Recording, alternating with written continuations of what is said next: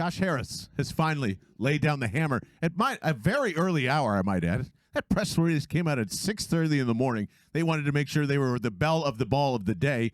Unfortunately, I'm going to find a way to talk about the Sixers, but really make it more importantly about the Eagles, because I think that's what's happened here, everybody. If you didn't hear, Josh Harris and the Philadelphia 76ers are moving to Center City. That's right. They are getting out of the Farg, and they are going to take over the Gallery, which they're calling the Fashion District. And sorry, it was only the Fashion District for like a year and a half. So stop that already. And it didn't work, so you're destroying it and building a very nice new stadium involved in there, and that's great.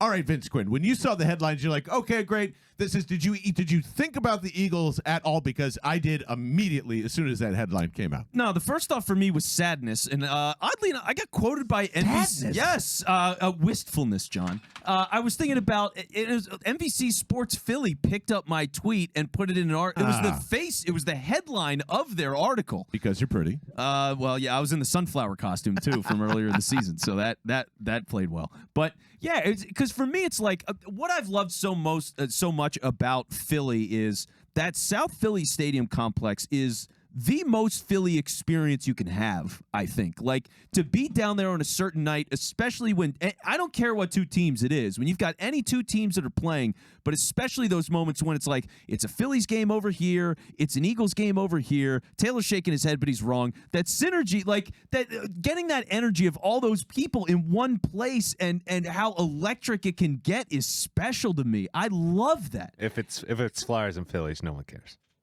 When the Flyers were good like 4 years ago and they were kind of young and exciting, and now those guys are like, it's like, oh, okay, well, none of this worked. But back then, a couple years ago, yeah, like the Phillies have made the playoffs in 10 years, so they suck ass. But yeah, like there's times when they can be exciting, and like when you get that vibe, it's just through the roof. So my first thought was like, man, I can't believe that this thing is going to start breaking down.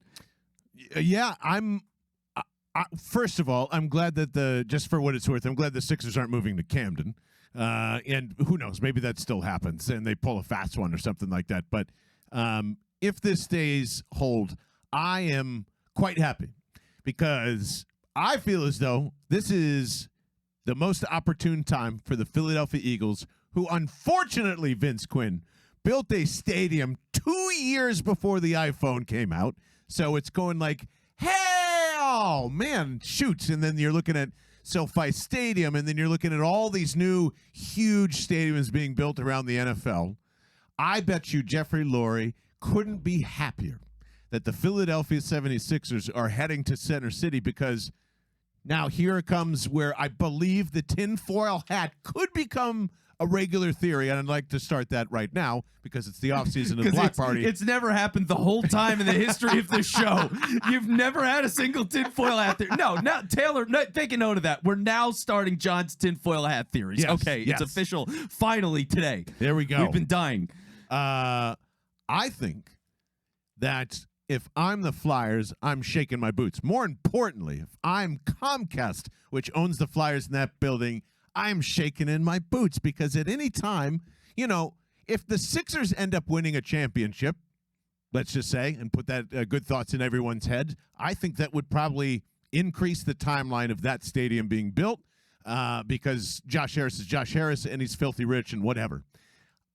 Like, Comcast is getting out of regional sports, right? There is not really going to be an NBC Sports Network, period. They're moving all their sports to USA if they still are hanging around. So, I like, what's to say? And I know everybody's favorite thing has been like they've invested $350 million in this. Yes, but what's to stop Jeffrey Lurie from going, I don't care. I just want the property. You don't really want to be in sports anymore, and I want a new stadium. I'm going to level that, make this huge thing that goes from where the Link currently sits now, wired on over to where the Wells Fargo thing sits, and just own all of South Philadelphia with a gorgeous new stadium, a nice gambling partner right next to it, and just like this huge Philadelphia Eagles Hall of Fame, basically. I would think that is where this leads to.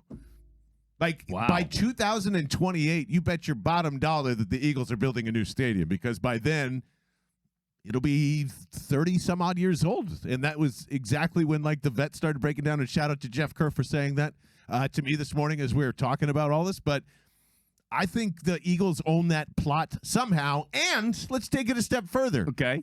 The Flyers are a depreciating asset, correct?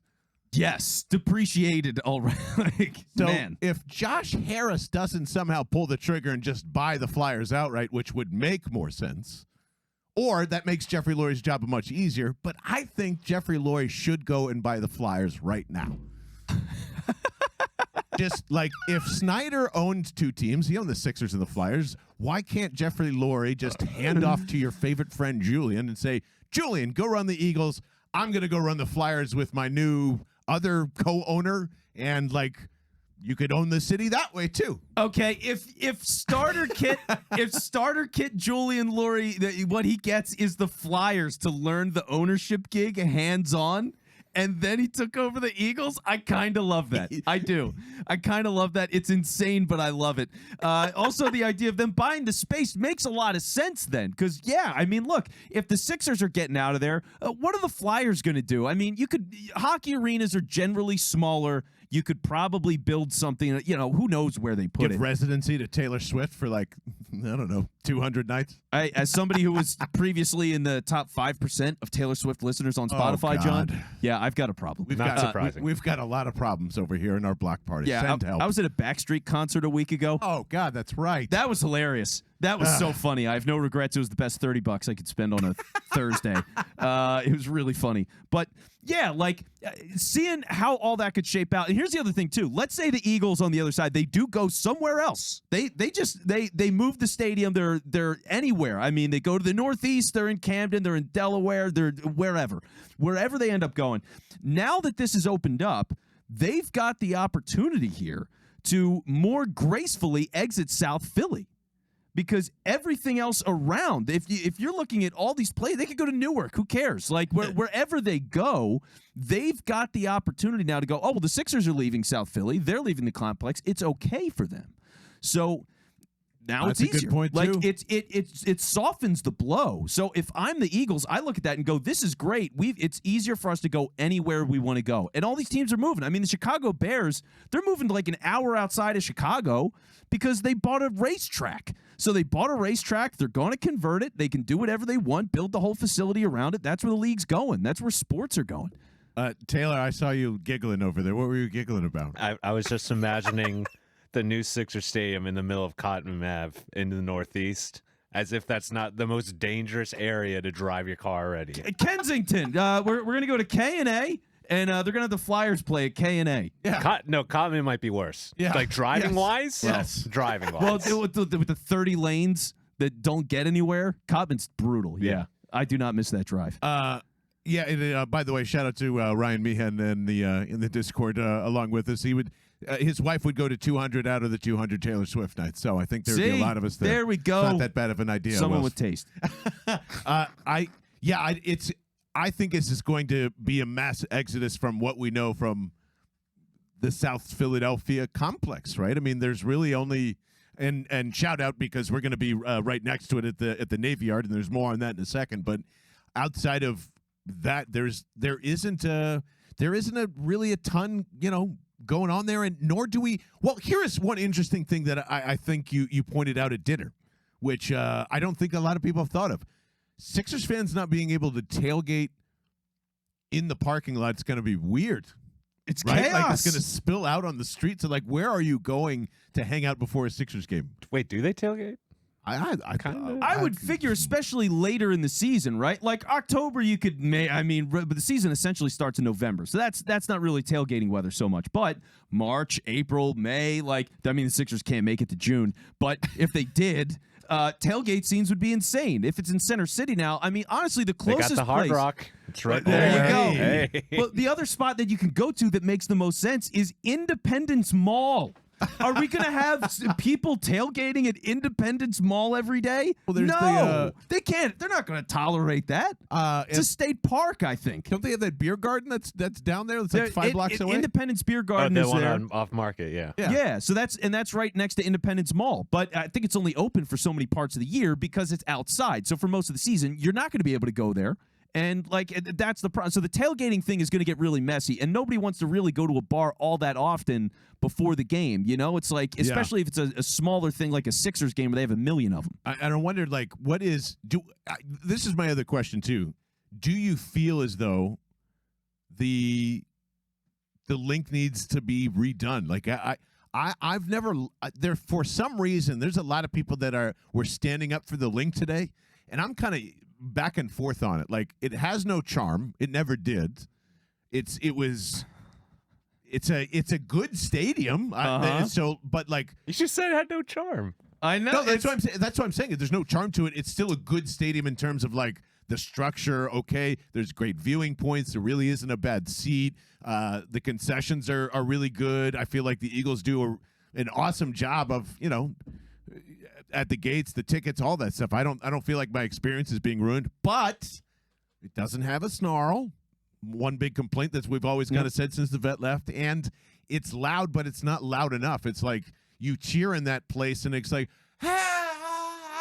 there's nothing to like catch or grab it, and I've always hated it about that. So I would like to Seattle Seahawks / Atlanta Falcons this thing if that's in the cards. I don't know. I don't really look at the link as like a great, modern, awesome stadium. Do you? All right. No, 7 out of 10. It's 7 out of 10's good. Exactly. It's like, it's good. It's not an eyesore. It's a nice looking stadium on the outside. It's not like overwhelmingly gorgeous, but and it's functional on the inside. It does fit that Citizens Bank mold. It also kind of sort of reminds me a bit of have you ever been to Citi Field where the Mets play? Never. Because Citi Field is like the bank, but with way less personality, and that's it. It was just a place. It was like, it didn't feel like the Mets even owned that stadium for a while, and then everyone was like, "Hey, what the fuck? This sucks." And then the Mets changed a bunch of shit about the stadium, but that's what it was. So it does kind of have that feel. And like you said, it is older. And again, if the Eagles are changing to Kelly Green as their full-time uniform in the next year or two, well, then doesn't it make more sense to have a full stadium where all the seats, everything in there, all the design is this new era, next generation? It's all Kelly Green. Vince Quinn just made us all a little less crazy, because that sounds pretty logical to me. And what you've been preaching this whole time, Vince, Julian Laurie needs a footprint somewhere. Why not give him a brand new stadium to be like, this embarks Julian and his stupid fonts and his dumb choices on restaurants and whatever other dumb stuff he's going to put. But like, here's my other theory that I've told to both of you, and I'm really curious about this too. Do they, just like the Chicago Bears, which you mentioned earlier, do they try the old alley-oop and go down to Delaware, where I know, like, I don't know if anyone has ever been to the Delaware Casino. Have you guys been there recently or heard of it? Delaware Park? Delaware Park. I used to live there. Yeah. We all did. Yeah. Gambling horses over there. For work. I was We had to there be every Saturday for work for like a year and a half. That's quite the scene. My It is- God. yeah. Yes. A lot of slobber on the slot machines, basically. And, just like Arlington, that's an outdated racetrack that's there. And correct me if I'm wrong, fellas, Eagles' partnership was DraftKings? Is that right? Ooh, is everybody DraftKings? I'm I feel pretty like sure, in the but like, NFL, yeah. Whoever Feels like it. their gambling partner is, I would assume that they would want, they see Philly Live, they see all these other different places around the complex. They're going, well, why don't we just take that gambling license that they have from Delaware and yank it on up here and see what that's worth? And everybody just goes away, because I think that's one of the last family-run casinos in the business. So my theory is casino license and retractable dome. Yes, thank God. I mean, yes. What do you think? It has to be. I've been saying this for years, man. It has to be a retractable dome. And any sports owner that's worth their shit at all totally understands that's where it needs to be. It's sound business. I mean, look, you can run events all year long, doesn't matter. Northeast, you can close the roof, you can do whatever you want. You can run a Super Bowl, nobody's going to debate you on. It's a closed roof. Say that again. You can run a Super Bowl. There you go. Yes, which, I mean, mini fucking Appalachia was where the Eagles won. It was what, like -5 some days? Yeah, it was. Didn't matter in the stadium. They still hosted the Super Bowl. So you're going to do that. Like, you open yourself up to so much more money by being a closed roof, retractable roof venue. So you have to do it. Ryan on fire tonight. Julian is a stupid fonts is my favorite band. So I think that should probably be a T-shirt at some point in time. For Nanks, who's disappointed, saying, "Am I to understand Julian Laurie is not the special guest? Not this year, but Julian, Julian Laurie, you're invited to the block party, and you should be here next year. You're welcome on the show anytime. Yes. Unibet is their gambling Unibet. partner. Okay. So, Unibet? I don't even know what that is. you don't know. It's been around It's the not longest, much. haven't they? I think it's mainly started with like horses and stuff, and then slowly went into like DraftKings. That makes sense. Okay. Sports betting. That makes total sense. So yeah, like in the nearest future, I would believe, no matter what this indicates, that the Philadelphia Eagles are going to build a new stadium, and a lot of things are changing. As